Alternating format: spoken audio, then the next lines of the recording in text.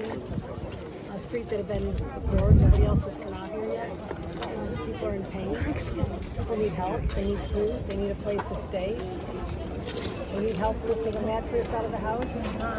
And just helping them clean, helping a little toddler down the street who's scrubbing her shoes by herself so she has some sneakers to wear.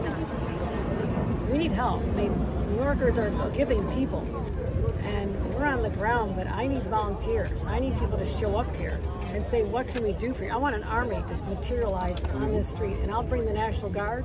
I'll bring any resource. You tell me what you need, and we'll work with FEMA to get the money to help you rebuild. But right now we have a humanitarian crisis in the city of New York as we speak, and I'm sounding the alarm for help. And I'm on the front lines of this.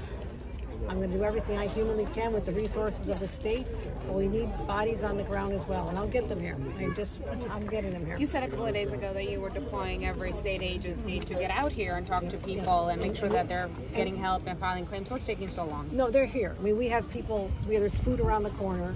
We have people, what the state can do is get people the access to the money as soon as possible. I immediately deployed after I was out here Friday. I started deploying mobile vans to bring all the paperwork that people need and help them fill it out to get the FEMA money. Thank God Joe Biden was able to, in such quick order, sign off on our emergency declaration, our major disaster declaration, which frees up millions of dollars for the residents of New York who need this money. So the question now is, how do people know about this? How do they get the forms? How do they get them filled out? That's what we've deployed. I've got National Guard working with our state agencies as we speak, going to neighborhoods to help access that information. But also, I've talked to the national head of the Red Cross. She says there's $500 available for people initially, but then also to help with short-term housing.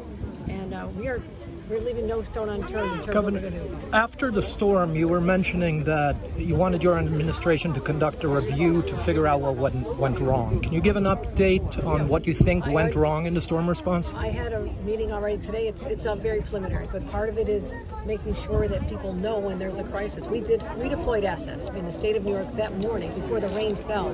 We had put in place the crews, the DOT, the Thruway Authority, all the crews that we needed to clear roads if there were trees down, they were causing problems.